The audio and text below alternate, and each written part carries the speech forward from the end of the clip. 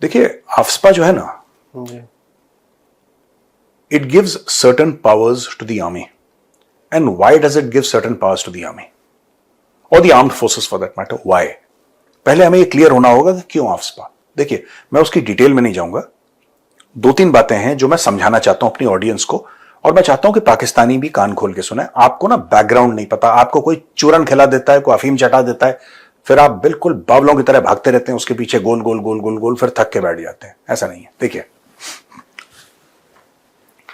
when the local administration fails, they call the police. That is the normal procedure everywhere. I think India, Pakistan, हर जगह यही होता होगा। Local administration fail होता है, वो police को बुलाते हैं।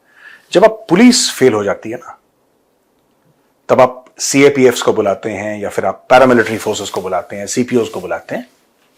जब सब फेल हो जाते हैं तब आप आर्मी को बुलाते हैं। When everybody fails, then you call the army. Now, God forbid 1,000 times, भगवान ना करे, किसी दिन अगर आर्मी फेल हो गई, आप किसको बुलाएंगे? There is nobody behind the Indian army. The Indian army is the last argument of the state. भारतीय सेना के पीछे कुछ भी नहीं है। There is nobody, there is no bigger force than the Indian army जो पीछे खड़ी है कि कोई बात नहीं भाई, अगर आप फेल हो गए हम कोई बचाने वाला नहीं है आपको, right? So when the Indian army goes somewhere, it is an acknowledgement of the state that we have failed. Let's be very brutally truthful about it.